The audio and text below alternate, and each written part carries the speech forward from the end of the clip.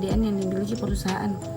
Beberapa aktivitas yang dilakukan dalam manajemen persediaan adalah mulai dari cara memperoleh persediaan, keakuratan pencatatan persediaan, di mana pencatatan persediaan bagi manajemen persediaan atau penjadwalan produksi pada akhirnya penjualan, keakuratannya bisa dipertahankan dengan sistem periodik atau berjual. Sistem periodik ini memerlukan persediaan secara teratur untuk menentukan kualitas persediaan ditentang beberapa Di dalam fungsi manajemen persediaan ini terdapat mengantisipasi kekurangan persediaan, mengantisipasi pesanan persediaan ternyata tidak sesuai kebutuhan, menjamin lancarnya proses produksi, dan yang terakhir yaitu berjaga-jaga jika persediaan yang dibutuhkan nyatanya tidak ada dipasarkan. Metode manajemen persediaan. Di dalam manajemen persediaan yaitu terdapat 3 metode.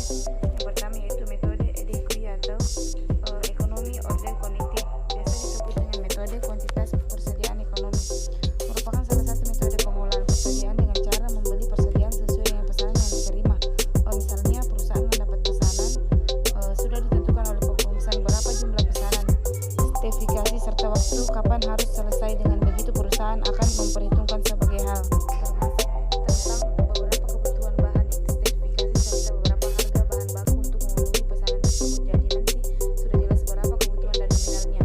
Kedua, metode MPR atau Material Recruitment Planning, lebih dikenal dengan metode perencanaan atau kebutuhan material, merupakan metode pengendalian serta perencanaan persediaan untuk menjamin bahan baku setelah tersedia, selain untuk menjaga supaya bahan baku tetap ada untuk digunakan. Metode ini pun berguna untuk memastikan persediaan berjumlah sedikit. Persediaan harus diusahakan berjumlah sedikit karena semakin sedikit jumlah persediaan otomatis biaya untuk menjaga persediaan tersebut juga makin sedikit. Dalam metode ini akan dilakukan beberapa perencanaan mulai dari penjadwalan pembelian, jadwal produksi hingga waktu pengiriman persediaan bahan baku. Yang terakhir yaitu metode JIT atau Just in Time. Metode ini punya istilah lain yaitu metode tepat waktu, di mana memungkinkan perusahaan sebisa mungkin dibuat tidak menyuntik atau memiliki persediaan, sehingga perusahaan diusahakan memiliki persediaan nol atau mendekati nol. Hal ini karena jika posisi perusahaan seperti ini, biaya persediaan juga tidak akan dikeluarkan. Tapi jika tidak punya persediaan, bagaimana bisa melakukan produksi? Inilah keuntungan metode ini.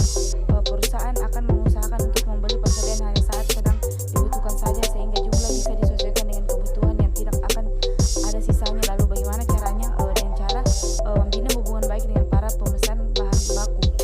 Selanjutnya yaitu ada lagi 2 metode, yaitu metode analisa ABC, atau dalam metode ini dilakukan pengolahan persediaan, di mana dasar pengolahan tersebut adalah nilai serta persediaan. Yang dimaksud nilai di sini adalah nilai total dari persediaan, bukan harga persediaan per unit, atau setiap item persediaan akan diberikan label sesuai kelasnya masing-masing. Ini dilakukan karena setiap item persediaan perlu diperlakukan perbedaan.